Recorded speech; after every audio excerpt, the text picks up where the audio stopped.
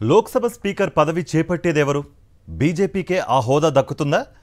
NDA పక్షాలు ఎగరేసుకుపోతాయా? India కూటమి డిమాండ్కు కేంద్రం తలగ్గుతుందా? లేదంటే చరిత్రలో తొలిసారిగా స్పీకర్ పదవికి ఎన్నిక నిర్వహిస్తుందా? కౌన్ బనేగా స్పీకర్? పార్లమెంటు సమావేశాలు సమీపిస్తున్న వేళ లోక్సభ స్పీకర్ ఎన్నికపై ఫోకస్ పెట్టింది బీజేపీ. ఎన్డీఏ మిత్రపక్షాలతో సంప్రదింపులు ప్రారంభించింది. రక్షణ మంత్రి రాజ్నాథ్ సింగ్ నివాసంలో కేంద్ర మంత్రులు సమావేశం నిర్వహించారు.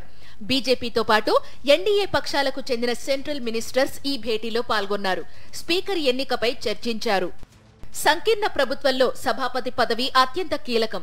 అందుకే స్పీకర్ పోస్టును తన దగ్గరే అట్టే పెట్టుకోవాలని భావిస్తోంది బీజేపీ. డిప్యూటీ స్పీకర్ పదవిని ఎన్డీఏ భాగస్వామ్య పక్షాలకు ఇవ్వాలని యోచిస్తోంది.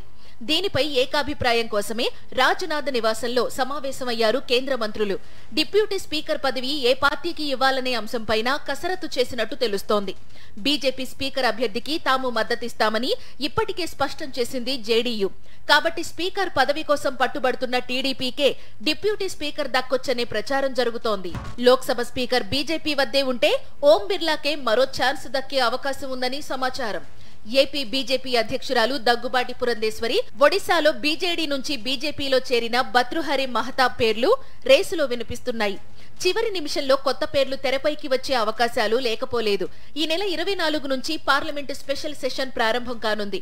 జూన్ 26న స్పీకర్ను ఎన్నుకోనున్నారు లోక్సభ ఎంపీలు. స్వాతంత్ర్యం వచ్చినప్పటి నుంచి లోక్సభ స్పీకర్ పదవికి ఎన్నిక జరగలేదు. ఏకగ్రీవంగానే సభాపతిని ఎన్నుకోవడం ఆనవాయితీగా వస్తోంది. అయితే ఈసారి విపక్ష కూటమి తమ అభ్యర్థిని బరిలోకి దించాలని చూస్తోంది. 233 మంది ఎంపీలున్న ఇండియా కూటమి డిప్యూటీ స్పీకర్ పదవి కావాలని డిమాండ్ చేస్తోంది. లేదంటే స్పీకర్ ఎన్నిక నిర్వహించేలా కేంద్రంపై ఒత్తిడి తేవాలని వ్యూహాలు రచిస్తోంది. అదే జరిగితే స్వతంత్ర భారత చరిత్రలో తొలిసారిగా స్పీకర్ ఎన్నికకు శ్రీకారం చుట్టినట్టవుతుంది.